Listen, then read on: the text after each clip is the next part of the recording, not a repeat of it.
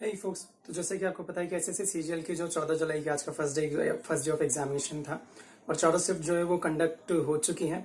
तो उसके एनालिसिस के बेसिस पर जैसे कि मैंने आपको बताया था कि मेरा जो एग्जामिनेशन था वो फोर्थ शिफ्ट के अंदर था।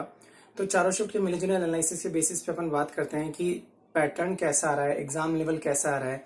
ठीक है, ये आने वाला एस्पायरेंट्स को किस चीज़ को ज़्यादा पढ़ना चाहिए उस चीज़ को लेके क्वेश्चंस हम नहीं बात करेंगे इसमें कि पर्टिकुलर क्या क्वेश्चंस आए थे, बट आपको एक आइडिया मैं दे दूंगा इस बारे में। ठीक है, तो जैसे कि शुरू करते हैं कि रीजनिंग की अपन बात कर लेते हैं। सबसे पहले रीजनिंग देखो, सारी शिफ्ट्स के अंदर इजी टू मॉडरेट ही आ रही है।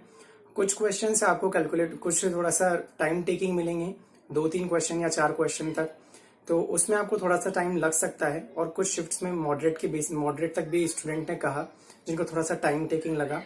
तो रीजनिंग ठीक ठाक आ रही है, जैसे पहले आती थी पहले के पैटर्न पे आ रही है। कुछ खास चेंजेस रीजनिंग में हमें देखने को नहीं मिले। इसके बाद मैथ्स की बात कर लेते हैं। मैथ्स के अंदर जो पेपर आ रहा है वो mostly students easy to moderate ही बोल रहे हैं कि किसी भी शिफ्ट में अभी तक चारों शिफ्ट में ऐसा कुछ खास अंतर देखने को नहीं मिला है कि किसी में हार्ड आ गया और किसी में इजी।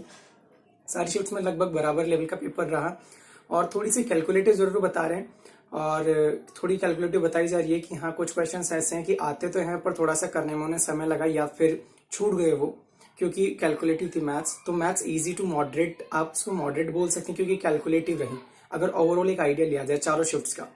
उसके बाद में इंग्लिश की बात कर लेते हैं। इंग्लिश थोड़ी सी अच्छी लेवल की आ रही है, ऐसा नहीं हार्ड आ रही है बट मॉडरेट आ रही है। इजी टू मॉडरेट नहीं बोलेंगे इंग्लिश को। इंग्लिश में अटेम्प्ट जो है थोड़े से गिर रहे हैं और आपको पता है इंग्लिश के अंदर एक्यूरेसी थोड़ी सी 100% नहीं मेंटेन हो पाती है स्टूडेंट्स की।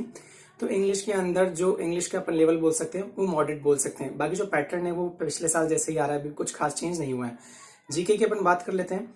तो जीके में किसी भी एस्पायरेंट ने इजी टू मॉडरेट नहीं बोला है, सबने मॉडरेट या मॉडरेट टू हार्ड ही बोला है। तो आप जीके को हार्ड बोल सकते हैं। तो ओवरऑल आप जीके को हार्ड बोल सकते हैं, इंग्लिश को आप मॉडरेट बोल सकते हैं, रीजनिंग को मॉडरेट साइड में बोल सकते हैं और मैथ्स को आप मॉडरेट बोल सकते हैं। तो ओवरऑल जो चारों शिफ्ट को अगर आप पेपर को बोलेंगे तो आप मॉडरेट के बेसिस पे बोल सकते हैं कि ना तो ज्यादा इजी आ रहा है शिफ्ट, ना ही कोई भी पेपर ज्यादा हार्ड आ रहा है कोई भी। ओवरऑल अगर अपन देखें, अगर सेफ अटेम्प्ट्स की बात कर लेते हैं तो सेफ अटेम्प्ट्स में देखिए अगर आप 75 to 80, अगर आप अच्छे खासे एक्यूरेसी से 95 प्लस एक्यूरेसी के साथ 75 to 80 अगर आप अटेम्प्ट करके आ रहे हैं तो आप खुद को एक सेफ जोन में मान सकते हैं और मेंस की प्रिपरेशन शुरू कर सकते हैं। क्योंकि मेंस सब पहले जैसा नहीं है कि किसी दो सब्जेक्ट्स के ऊपर बेस हो, सब कुछ बिल्कुल पैटर्न चेंज हो चुका है। तो अगर आपके 75 से 80 के आसपास अच्छी खासी एक्यूरेसी से अटेम्प्ट है तो आप मेंस की तैयारी शुरू कर दीजिए। बाकी अगर कोई कंफ्यूजन हो कुछ और अटेम्प्ट्स तो आपके, तो आप कमेंट बॉक्स में कमेंट कीजिएगा, मैं आपको उसका रिप्लाई दे दूंगा।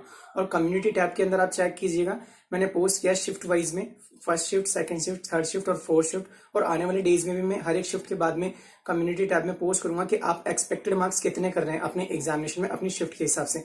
तो आप उसमें वो चूज कीजिएगा ताकि एक आइडिया लगाया जा सके। तो ये कुछ आज का शिफ्ट का एनालिसिस था। बाकी मिलते हैं नेक्स्ट वीडियो में।